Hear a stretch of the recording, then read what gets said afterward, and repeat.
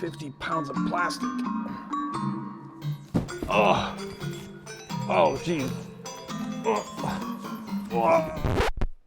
All right, that's better. So before us, we have my entire Zombicide White Death Kickstarter pledge. I did the all-in pledge, except 3 things are missing from this table in front of me.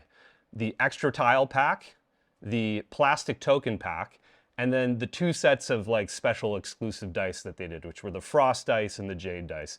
I don't really have any interest in any of those things, so we won't be talking about those today. But everything over here is what is considered retail by CMON, and everything over here is considered Kickstarter exclusive. So we won't be focusing too much on the core set since it's required to play White Death. Instead, we'll be focusing almost entirely on individual expansion packs and what they offer for gameplay and variety for both new players and veterans alike. Today is not a review of Zombicide White Death, but really it's kind of a tour through all of the different boxes that you might see online. So if you're a completionist who's trying to collect all of the different things, or if you're just interested in maybe picking up a new expansion, you'll know, hey, what's inside that box? Is this really a gameplay mechanic or a set of heroes that I'd be interested in playing?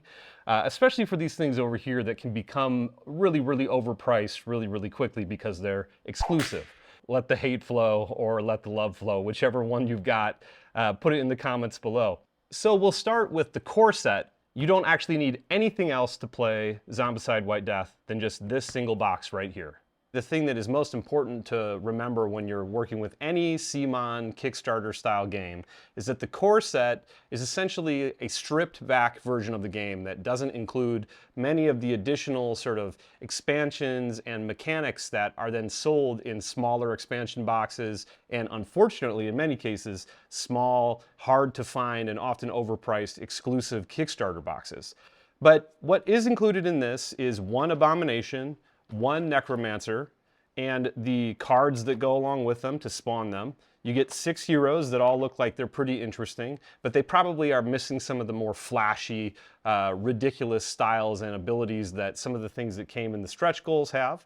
And then, of course, you've got the new guards. And the one nice thing that I want to call out here is in the core set, they have provided a deck of Necromancer and a deck of Abomination cards that make it so that your previous Black Plague and Green Horde Abominations and Necromancers can easily be integrated into this game.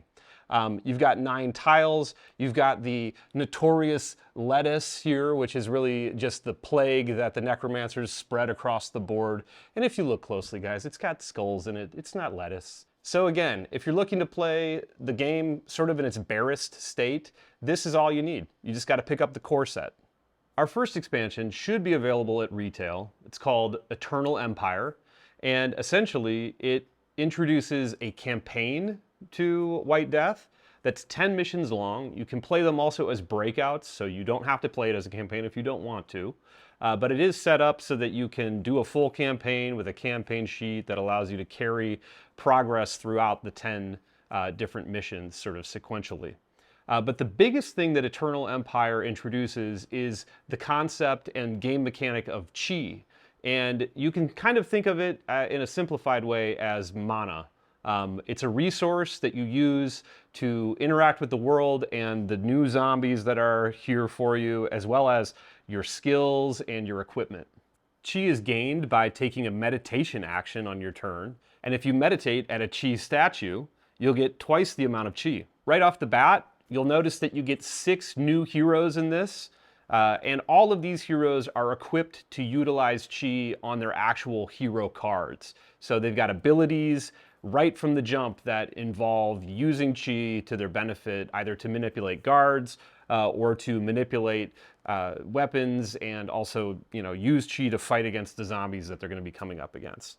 Additionally, the game provides you with a set of 6 new hero cards for the core set's heroes that also updates those core set heroes to be utilized in this Eternal Empire mode with all of their chi abilities as well. The game goes one step further and provides you with a set of chi skill cards that actually allows you to use any hero from the Black Plague Green Horde universe by providing them an opportunity to upgrade their normal skills at different colors to chi skills.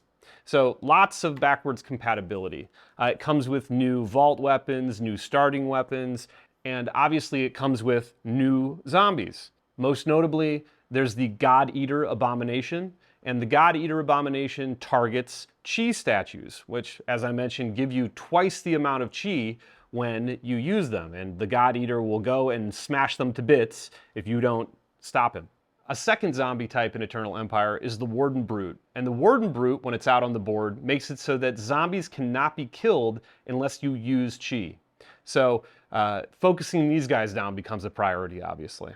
There's even environmental hazards that have been added to Eternal Empire, such as the ice spaces, which are pretty tricky. So they don't affect zombies at all. Zombies can move and do whatever they want while they're on ice spaces, but heroes cannot enter combat on ice spaces, and if you end your turn on an ice space, you die. Now, death works a little bit differently in Eternal Empire, but we won't get into that here. The other space that you see here is a bridge on this tile, and the bridges allow you to cross the ice, but they also provide some interesting choke points on the maps. Another interesting addition is there is a orange spawn tile that they've included, which once you've gone through spawn zones 1 through 4 on the board, there's now a 5th that gets added, which, you know, isn't in the core game. I guess a little bit extra scaling for the campaign is what I'm assuming it's for, but I haven't gotten there myself. I mentioned the campaign mode of this expansion earlier, but specifically the campaign sheets here have campaign-specific actions that you can only get by playing the campaign that allow you to sort of get even more strength and power between missions, and allows you to carry over weapons, as well as get bonus actions and special skills. And I think the coolest thing about Eternal Empire is actually the objective system that they've included in the game. You have these cards that are in these sealed envelopes, and on one side, they've printed what is actually on the tiles, and you slide these cards onto their matching tile, and they blend in, but you can tell that, you know, there's an objective there for you to complete. And when you get to that objective, you get to reveal the other side of the card, and essentially it will grant you, you know, special abilities or items, but also give you a little bit of the story and lore and help you shape that campaign experience so that, you know, you're surprised and you're kept on your toes. Overall, Eternal Empire has got a lot to offer. It's got the cheese system, it's got new zombies, it's got a new abomination, new heroes and hero cards and abilities, as well as this whole entire, you know, like environmental hazards with the ice and these objective cards. So there's a lot going on here, certainly a lot that would add to the core set of White Death. The next expansion in line is the big IP crossover with the Teenage Mutant Ninja Turtles Timecrash. And obviously the biggest thing that you're getting from this expansion is the ability to play with this IP. You know, you can be your favorite Ninja Turtle or Master Splinter, April O'Neil, Casey Jones is even here. You get to beat Shredder up, he's the new Abomination, and you know, you've even got the Foot Soldiers, which are suspiciously named Foot Ninjas here. So I don't really know what the deal is with that. Maybe some trademark, whatever. They couldn't call them Foot Soldiers. Or maybe my memory is failing and they're actually called Foot Ninjas. Each of the 7 heroes has a special weapon that is unique to them. Obviously, we all are familiar with the 4 turtles having their sort of class or like unique specific weapon to them. Leonardo has katanas, Donatello has a bow staff, Raph's got those sais, and Michelangelo nunchucks, right? Casey has a hockey stick. April O'Neil has a harp in this. Maybe that's in the comics, I didn't read those. And then Splinter has a cane. But the point is that these weapons are integral to this expansion because these weapons can sort of evolve as you complete side objectives. And like with Donatello's bow staff, the starting side is pretty bad, but once you upgrade this weapon, it's pretty great. It even has some chi abilities on the upgraded side. And the way that you upgrade weapons in this game is by collecting pizza slices. And the pizza slices are kind of scattered throughout the special tiles that come with this expansion that feature both sort of like a time-crashed New York City onto ancient Wintergard. There's even just these little pizza boxes that you know, they're like objectives in the core game. You know, you find the pizza box, you put the pizza slice on it, and then you upgrade your weapon when you collect it. The turtle team also has some unique skills that they can use that are unique to them. And chi is here too, just like in the Eternal Empire expansion. So the turtles can be played in that expansion and can use all of the weapons and interact with the warden brutes and the meditation system. In fact, they have a special turtle meditation that they can do that is a little bit stronger than the normal meditation. But let's talk a little bit more about the specific zombies that are part of this expansion. You've got the foot ninjas, and the foot ninjas are kind of like chi blockers. So their special ability is that you can't cast anything with chi if you're in a space with a foot ninja. So you can imagine some of the crossover with a warden brute and a foot ninja would be really problematic. You wouldn't be able to kill anything. So you'd have to find some sort of secondary means to do the damage that you're looking for, either via like Dragon Bile or some other sort of thing that you could interact with. So pretty interesting. Or you would need to split the group up, and get the foot ninjas away from the warden brutes. So there's some fun interactions there that are only possible if you have the foot ninjas as part of your collection. The abomination that comes with this expansion is Shredder. And other than being the iconic, supervillain of the Teenage Mutant Ninja Turtles, world, Shredder himself, the way that he works in Zombicide is that every miss that you make against him or a zombie in his space means that you get a wound. So precision, he's covered in blades, right? He's like the Shrike if you're a Hyperion person. He'll get you if you miss. So you got to be really, really precise. Lastly, this expansion comes with a set of 10 quests that is accessible at the back of the rulebook, and these quests are meant to be played sequentially. It tells a little story, but they are not a campaign, so there's not progress that's held between the actual missions themselves. Overall, I'm pretty surprised by how much this expansion offers both the cheese system as well as sort of a more robust cast of characters to play within the Eternal Empire expansion that we just went over. And I love the use of the IP as well. It's something that's near and dear to my heart. I had the action figures as a kid. I mean, the movies, geez, Go Ninja, Go Ninja, Go. Enough said. I think this expansion is pretty interesting.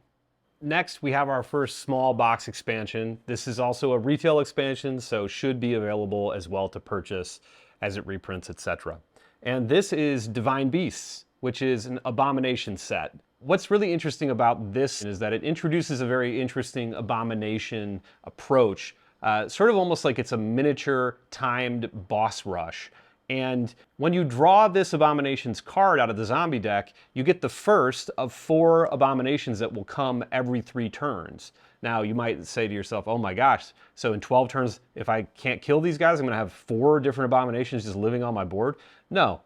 After the 3rd turn, the first one will go and a new one comes. So every 3 turns, if you're unable to kill the Abomination, it leaves and its next friend comes along. So the other part of this that is really neat is that each Abomination has sort of unique things that it does on each of its 3 turns. Now, obviously, if you play the game and you learn what it does, you'll have some better perfect information to work with. But it also creates sort of a miniature, elegant enemy action card game system a la Bloodborne, the board game, like we talked about in the last video, where once you see some of those cards come off of these 3-card decks, you'll have a very good sense of what is about to happen. So you'll be able to punish these Divine Beasts as they do more. And hopefully by the 3rd turn, you'll be able to kill them, because if you kill them, you get trophies.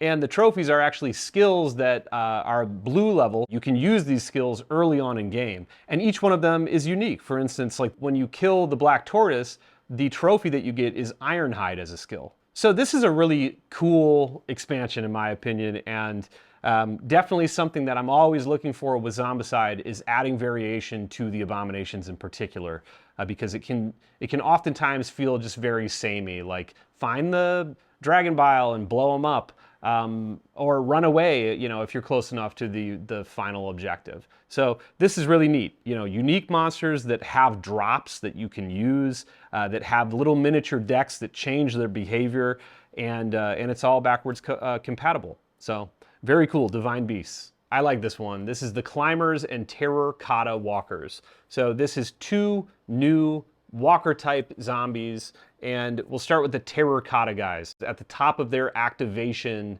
phase, they proliferate. You check to see if there are any on the map, and you look at the spaces that they're in, and if those spaces have between 1 and 4 Terrorcotta Walkers, you add one during that activation phase.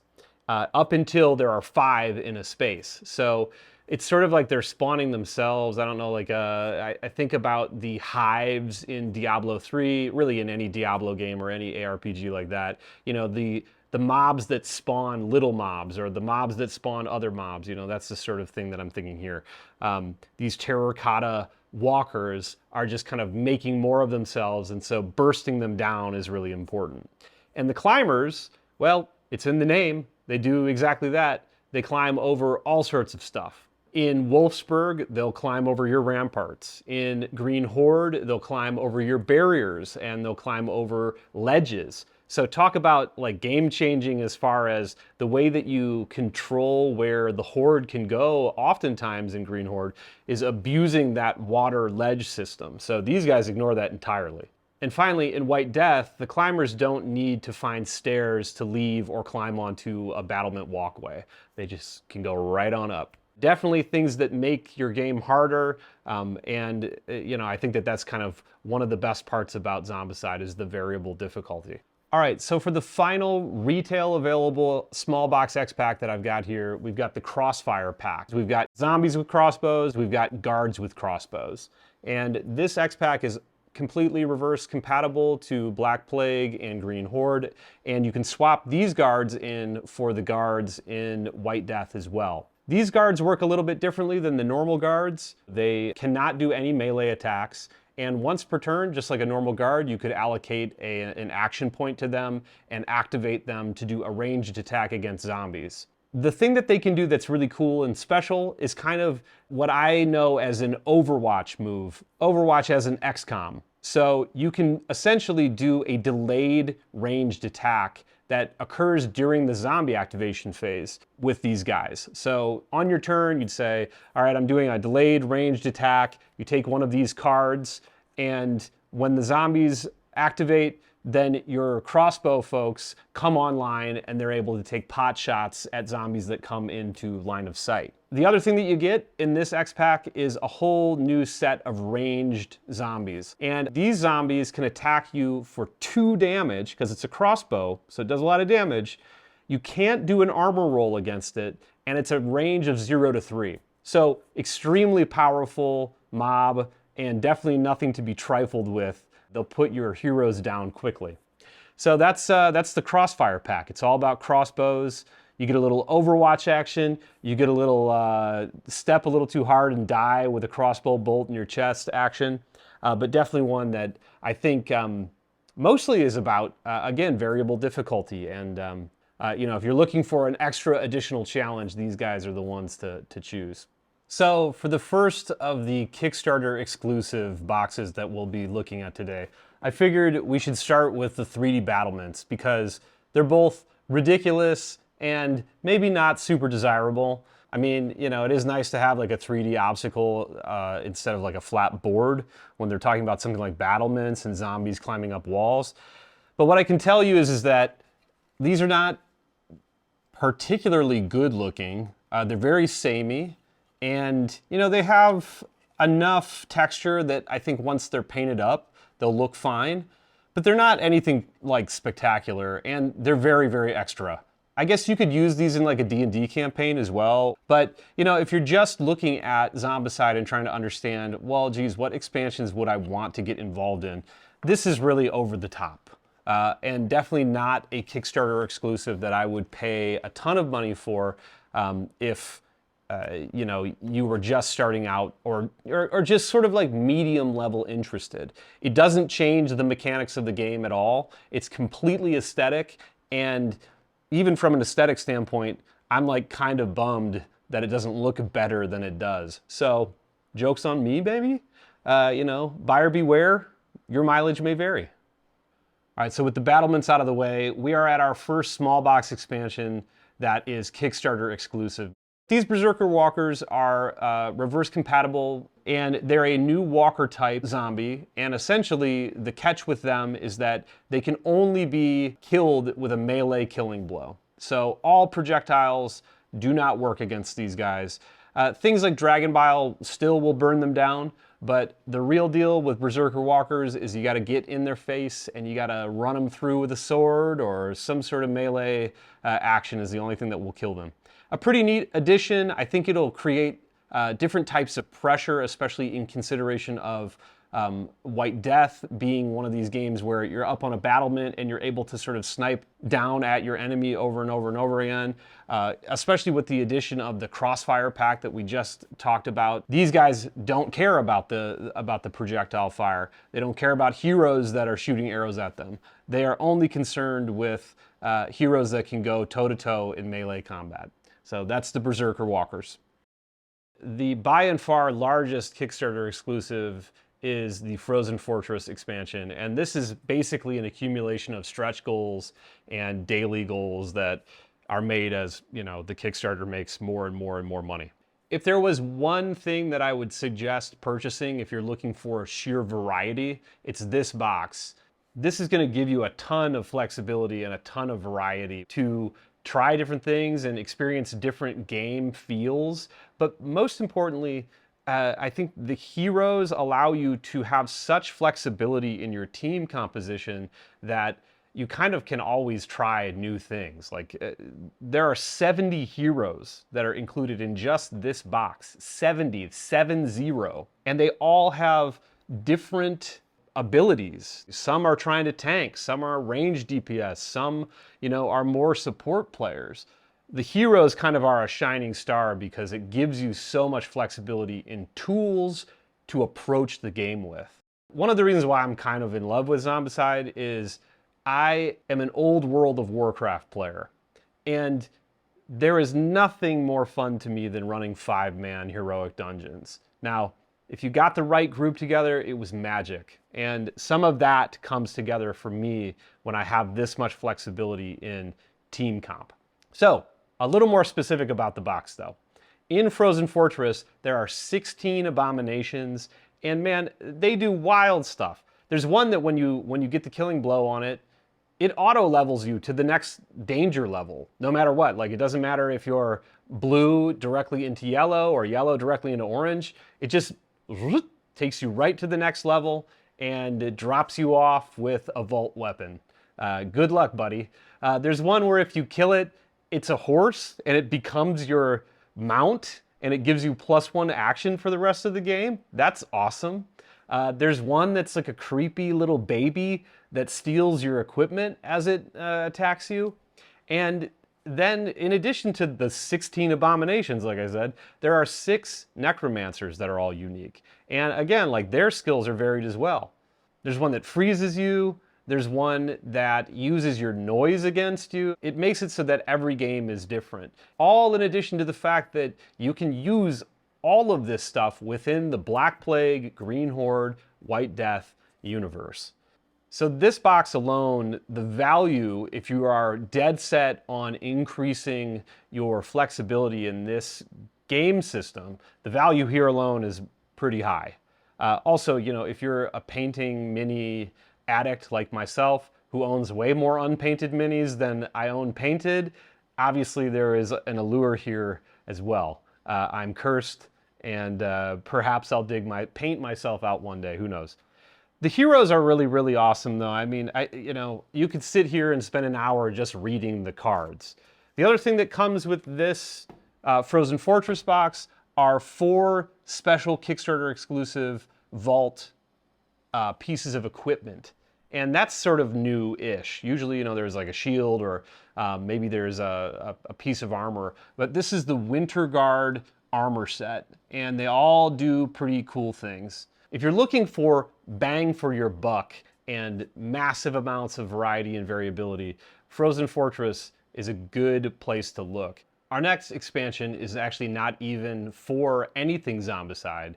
It is a crossover for Zombicide players who also are massive Darkness 2 players, which I happen to be, and it allows you to take a number of creatures and heroes over into the Massive Darkness world from Zombicide, and mostly from the White Death portion of Zombicide. So the things that are included here, the heroes, all of the heroes from the core set, the Eternal Empire set, and also the Teenage Mutant Ninja Turtle set, all of them can be taken over to Massive Darkness 2 now. And the weapons for the Turtles, including their upgrades, there is a common level and an epic level. And then the creatures, it's more or less just the expansion monsters that they've got in from mobs. And then the Divine Beasts all show up as roaming monsters. And then a couple, well, Shredder as well. For me, this is a no-brainer if you are, really interested in Massive Darkness 2. I've got a group that loves playing both of these games, and so it made a lot of sense that people could take their favorite character from White Death, Eternal Empire, and the Teenage Mutant Ninja Turtle IP crossover, and bring them over into any campaigns that we're running for Massive Darkness 2 as well. So, a cool expansion that is totally useless and not for White Death or anything Zombicide whatsoever. Our next small box expansion that is Kickstarter exclusive is the Virtues of Bushido box, and it includes 7 heroes that are 7 samurai that all start with katanas and have special abilities that are sort of built around the theme of being samurai. These heroes all start with a double-sided katana. One side's the side that is used normally, the other side is chi-enabled for use in the Eternal Empire campaign or any other chi-enabled missions that you're looking to use these characters in. This is definitely an expansion that will give you some build diversity, but also it could be fun to have an entire team of samurai fighting against the zombies, and see how that goes. You could do a little RPing, I suppose.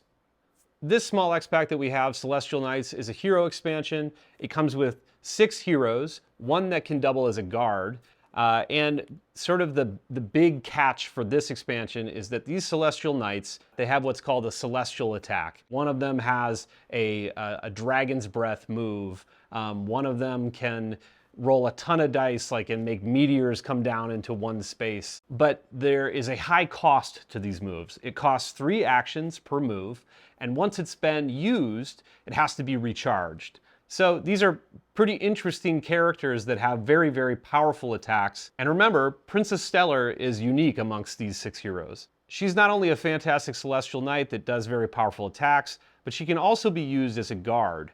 And she's a little bit different than normal guards because if she perishes as a guard, you lose the game. I think that this is a really interesting set with these heroes being able to do these super powered celestial attacks and also having a 3rd guard type so far that interacts differently with the board and is essentially an insta-death mechanic is also kind of interesting. You could set up and maybe homebrew some escort quests with Princess Stellar. Our next small box expansion is Warlords of the Rising Sun. And there's a couple interesting things that this expansion introduces beyond just, the fact that it has heroes that you can add to your roster and a new exclusive Necromancer for this X-Pack. Heroes have, again, sort of a tight-knit theme, but they also introduce a new skill, which is one of the characters can, once per turn at level blue, turn a 1 into a 6 on a dice roll.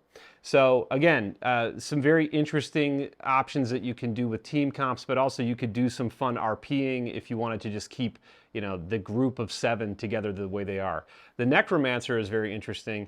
It basically is a magic blocking Necromancer. It dampens all magic damage, and you got to get your melee and range friends to come help you out. Next up is Warlords of the Middle Kingdom, which is a small box hero expansion with 1 Abomination and 1 Necromancer as well. And this is another themed hero expansion, but the really cool part about this is the Necromancer and the Abomination do some really neat stuff. The new Abomination prevents everybody in the game from being able to search at all. Talk about devastating. I mean, if this hits you at the wrong time, it could be really, really problematic and painful. And the Necromancer does something even cooler in my opinion. When it spawns, every walker on the board basically gets lifted and then teleported to the space that Necromancer spawned on. So it like vacuums in all of the baddies and then has a mega horde of walkers just like pushing the map with it. So you can imagine working some of these heroes in, or maybe having some of those celestial knights to combat this giant walker horde that this necromancer could create. And here we are, we're finally at the end. We're at the final three very small box hero expansions. So the first box is Jennika, the Teenage Mutant Ninja Turtle. And this one's a pretty wild one. She comes with her own ultimate weapon, just like all of the rest of the Teenage Mutant Ninja Turtles, as well as plastic deluxeified pizza ultimate slices. And then, of course, you know, what is a Teenage Mutant Ninja Turtle expansion box without its Massive Darkness 2 crossover cards as well, that include, again, the common and epic weapons, and then the hero card for use in Massive Darkness 2. So we'll bop over here, and we've got Chang and Hu Yi, and these are two more small box expansion heroes that you can pick up, and they come in a double box together. And then finally, we've got Miyamoto Usagi, and this is the character from the very popular comic book series after the same name. Also comes with the Massive Darkness 2 hero card for the crossover there. And this one sort of fits in as far as like the katana usage with the virtues of Bushido, because Miyamoto Usagi starts with a katana just like all of those characters. So these are the three additional sort of one-off, and in this case a two-off, very small box expansions that you could get as add-ons for the Kickstarter. Again, thanks so much for sticking with me throughout this whole entire sort of Kickstarter tour. I hope that you found it useful. I hope that if you are looking at purchasing some of these things, you'll be able to make a better decision because you'll know what's actually inside some of these boxes, and if some of the game mechanics are actually things that you're interested in or would be useful to you. So until later, and have a great day. Cheers.